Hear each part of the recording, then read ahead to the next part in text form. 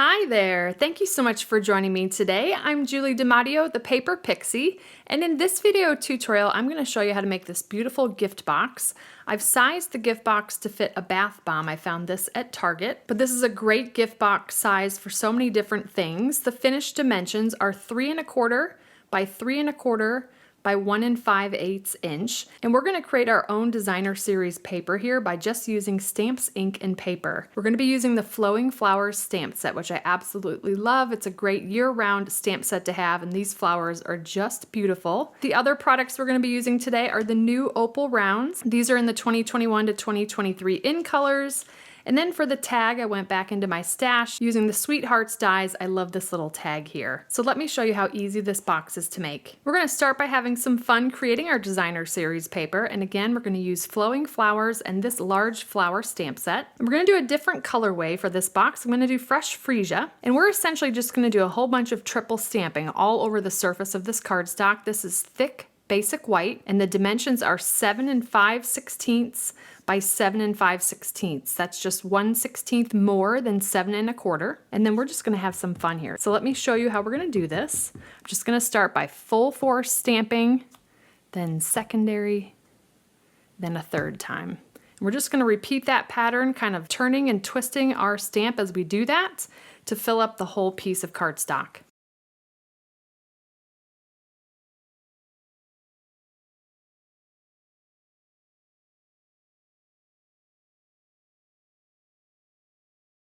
All right, so that looks beautiful just as it is, and I did do some stamping off. Once I had enough of the fully inked flowers, I started to stamp off before I stamped the rest of them. But that's how beautiful that looks. Super easy to make a patterned paper here. Next, we're going to go ahead and score this piece, and we're going to score this on all 4 sides at 1 inch and 2 inches.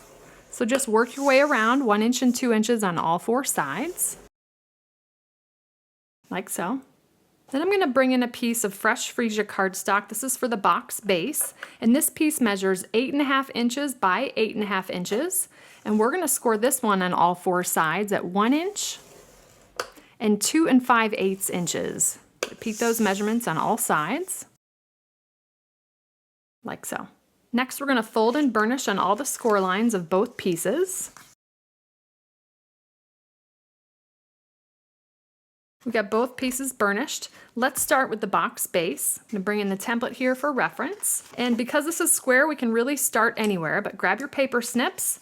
And I'm going to cut up each of the vertical score lines, stopping at that second horizontal score line. We'll focus on one side at a time,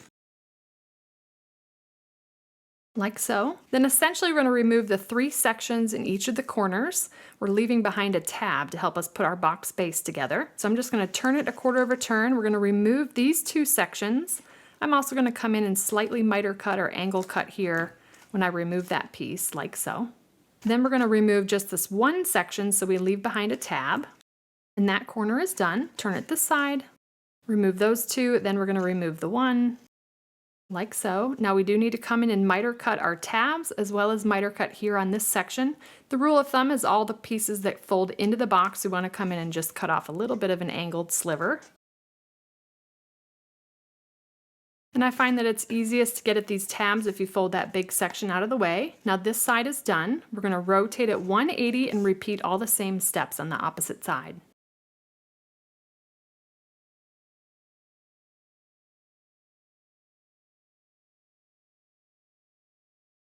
All right, now that piece is done. Next, we're going to work on our box lid, and this template's going to look very similar. We're going to actually create it the same way we created the box base. So I'm going to come in again and cut up each of the vertical score lines, stopping at the second horizontal score line.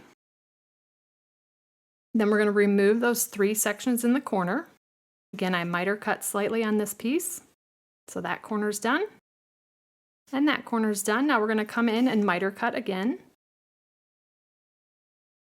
That side's all finished. We're going to rotate 180 and repeat all the same steps.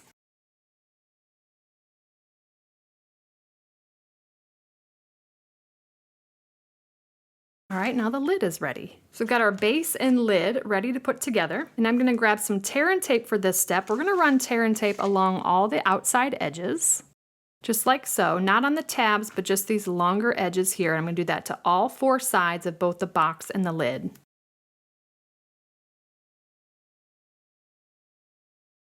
All right, so those are done, and quick tip, burnish your tear and tape backing to make it easier for you to pull it off.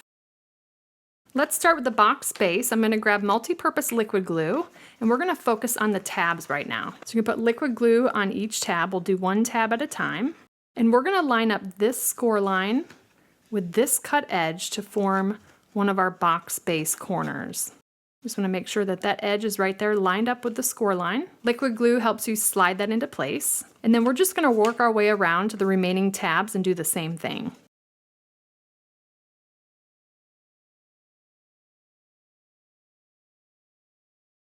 All right, now that that's done, we can fold back our sides here. Just grabbing my take your pick tool and we'll pull off the tear and tape backing. And now we can fold these edges in, and I like to start with the edges that don't have the tabs folded in. Those go in really easily. And then we'll fold in the sides with the tabs. And then finally I'll come in and burnish on the folds. And then the box base is ready to go. Okay, so now we're going to repeat the same steps with our box lid, again starting with the tabs, using liquid glue, and then lining up the score line with the cut edge to form the box lid corner. Then we'll just repeat the same steps on all 4 tabs.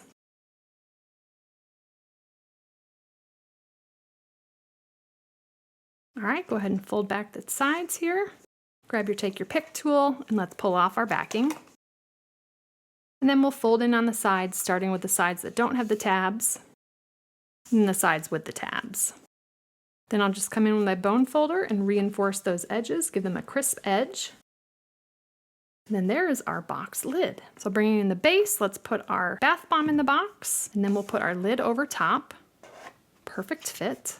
And let's go ahead and embellish the box. Ahead of time, I heat embossed in white the sentiment "Thank you" from Flowing Flowers, and I die cut that with the Sweethearts Dies tag right here. We're gonna be using the Fresh Freesia open weave ribbon. I like to tie my bows off the spool, so we're gonna feed this through the front of the tag and pull a good size length through it. We're gonna have this kind of go underneath the box.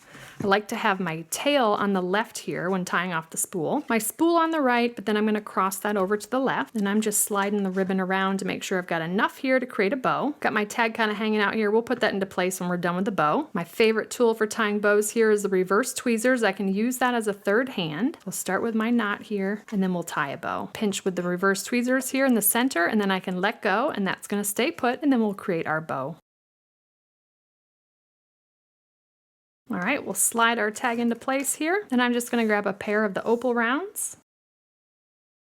I love the way that those look like dewdrops there. Really, really beautiful. And there we have our quick and easy Flowing Flowers gift box, just using some stamps, ink, and paper, and a few embellishments to create a beautiful gift. I love how you can create this in so many different colorways. It's just a great way to give a gift. So thank you so much for joining me today. If you enjoyed this video, please give me a thumbs up, subscribe to my channel, and hit that bell icon so you don't miss my next video. If you're interested in purchasing any of the Stampin' Up! Products I used today, they'll be linked in the description. And I'll also include a link to my detailed blog post with all project measurements, details, and pictures of the templates. I'd love to have you come visit me at thepaperpixie.com, where I post projects to inspire you. And if you give this project a try, I'd love to see what you made, so feel free to share it on social media with the hashtag #PaperPixie, and I'll be sure to check it out. Thanks again for watching. I hope you have a wonderful and blessed day. Take care.